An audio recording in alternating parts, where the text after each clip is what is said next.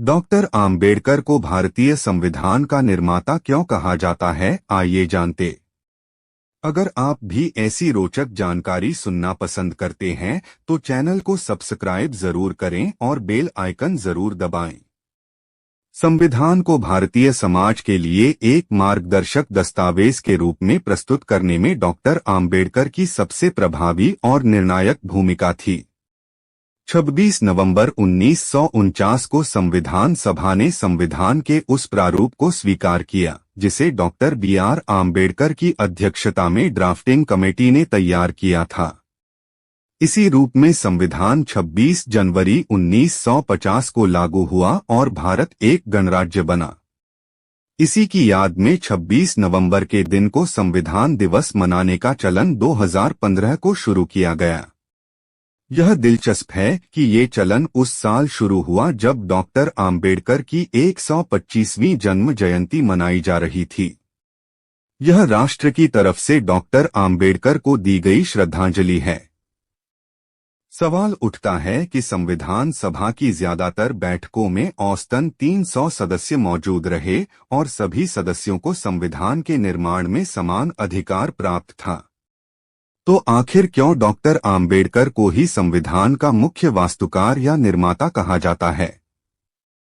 यह बात सिर्फ डॉक्टर आम्बेडकर के व्यक्तित्व और विचारों के समर्थक ही नहीं कहते, बल्कि भारतीय संविधान सभा के सदस्यों ने भी इसे स्वीकारा और विभिन्न अध्यक्षताओं ने भी किसी न किसी रूप में इसे मान्यता दी। नेहरू के आत्मकथा लेखक माइकेल ब्रेचर ने आम्बेडकर को भारतीय संविधान का वास्तुकार माना और उनकी भूमिका को संविधान के निर्माण में फील्ड जनरल के रूप में रेखांकित किया।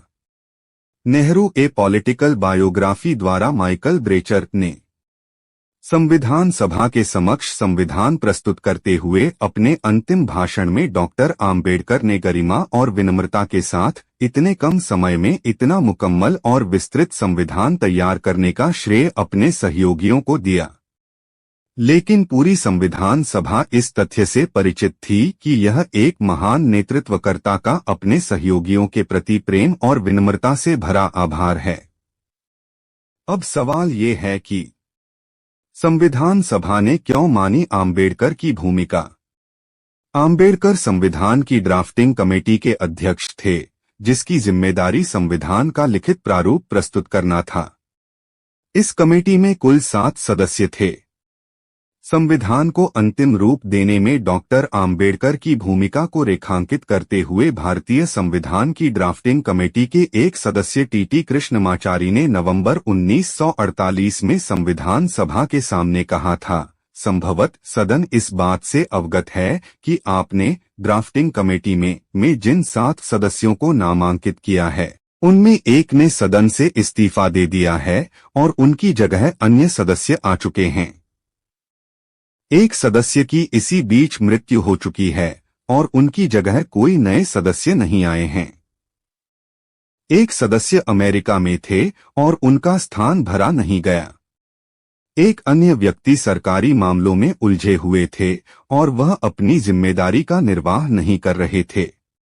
1-2 व्यक्ति दिल्ली से बहुत दूर थे और संभवतः स्वास्थ्य की वजहों से कमेटी की कार्यवाहियों में हिस्सा नहीं ले पाए। सो कुल मिलाकर यही हुआ है कि इस संविधान को लिखने का भार डॉक्टर आम्बेडकर के ऊपर ही आ पड़ा है। मुझे इस बात पर कोई संदेह नहीं है कि हम सबको उनका आभारी होना चाहिए कि उन्होंने इस जिम्मेदारी को इतने सराहनीय ढंग से अंजाम दिया है। संविधान सभा की बहस खंड 7 में संविधान सभा में आम्बेडकर की भूमिका कम करके आंकने वाले अरुण शौरी जैसे लोगों का जवाब देते हुए आम्बेडकर के गंभीर अध्येता क्रिस्तोफ जाफरलो लिखते हैं कि हमें ड्राफ्टिंग कमेटी की भूमिका का भी एक बार फिर आकलन करना चाहिए। यह कमेटी सिर्फ नहीं थी, बल्कि उसको यह जिम्मा सौंपा गया था कि वह विभिन्न समितियों द्वारा भेजे गए अनुच्छेदों के आधार पर संविधान का लिखित पाठ तैयार करे, जिस बाद में संविधान सभा के सामने पेश किया जाए। सभा के समक्ष कई मसविदे पढ़े गए और हर बार ड्राफ्टिंग कमेटी के सदस्यों ने चर्चा का संचालन और नेतृत्व किया था। अधिकांश बार यह जिम्मेदारी आम्बेडकर ने ही निभाई थी। क्रिस्तोफ जाफरलो भीमराव आम्बेडकर एक जीवनी में लिखते हैं। इसी तथ्य को रेखांकित करते हुए प्रमुख समाजशास्त्री प्रोफेसर गेल ऑम्वेट लिखती हैं कि संविधान का प्रारूप तैयार करते समय अनके विवादित मुद्दों पर अक्सर गर्मागर्म बहस होती थी। इन सभी मामलों के संबंध में आम्बेडकर ने चर्चा को दिशा दी, अपने विचार व्यक्त किए और मामलों पर सर्वसम्मति लाने का प्रयास किया। एक साथ कई विषयों के विद्वान भी थे आम्बेडकर उन चंद लोगों में शामिल थे जो ड्राफ्टिंग कमेटी का सदस्य होने के साथ साथ शेष 15 समितियों में एक से अधिक समितियों के सदस्य थे। संविधान सभा द्वारा ड्राफ्टिंग कमेटी के अध्यक्ष के रूप में उनका चयन उनकी राजनीतिक योग्यता और कानूनी दक्षता के चलते हुए था।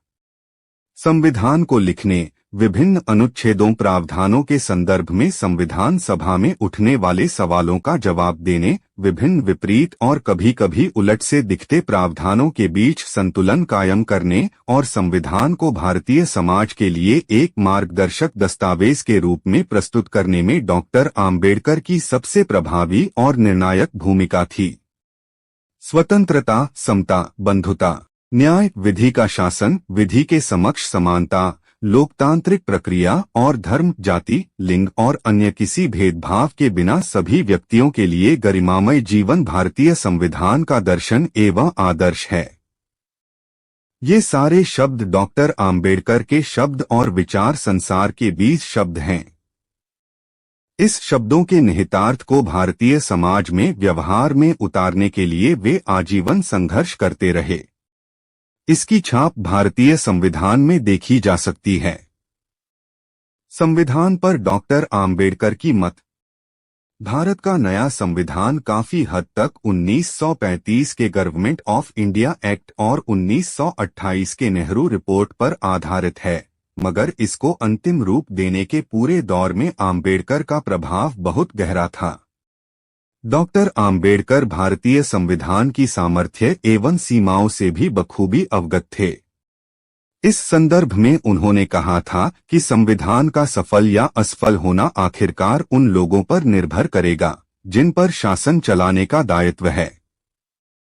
वे इस बात से भी बखूबी परिचित थे कि संविधान ने राजनीतिक समानता तो स्थापित कर दी है, लेकिन सामाजिक और आर्थिक समानता हासिल करना बाकी है, जो राजनीतिक समानता को बनाए रखने लिए भी जरूरी है। अब बात करते हैं संविधान का जनक बाबा साहेब को क्यों माना गया है। जो संविधान का ड्राफ्ट था वही संविधान था, बस उसको सही गलत साबित करने के लिए संविधान सभा के बीच रखा जाता था। जो 300 सदस्य थे वो सिर्फ उस पर बहस करते थे, जो तथ्य संविधान सभा को सही लगते उन्हें संविधान में जोड़ लिया जाता था। आज भी जब कानून बनाया जाता है, कानून को लिखने और प्रिंट करने का काम चीफ सेक्रेटरी का होता है। उस दस्तावेज को ही ड्राफ्ट कहते हैं और वो मंत्री के शब्दों में होता है। फिर उसे दोनों सदन में ले जाया जाता है। संसद इस पर बहस करते हैं, कुछ समर्थन करते हैं, कुछ विरोध करते हैं। फिर उसको पास किया जाता, इसके बाद राष्ट्रपति के पास भेजा जाता, तब राष्ट्रपति अपनी मंजूरी देते, तब वो कानून बनता है। यही प्रक्रिया संविधान बनाते समय हुई। सारा ड्राफ्ट बाबा साहब ने तैयार किया। सदस्यों ने सिर्फ बहस की, कुछ ने विरोध किया, कुछ ने समर्थन किया, कुछ ने संशोधन किया। अंततः सभी सदस्यों की मंजूरी मिली और संविधान का निर्माण हुआ। इसीलिए बाबा साहेब डॉ अम्बेडकर को संविधान का जनक कहा गया। अगर आप भी इस प्रकार की जानकारी लेना चाहते हो तो हमारे चैनल को सब्सक्राइब जरूर कर ले।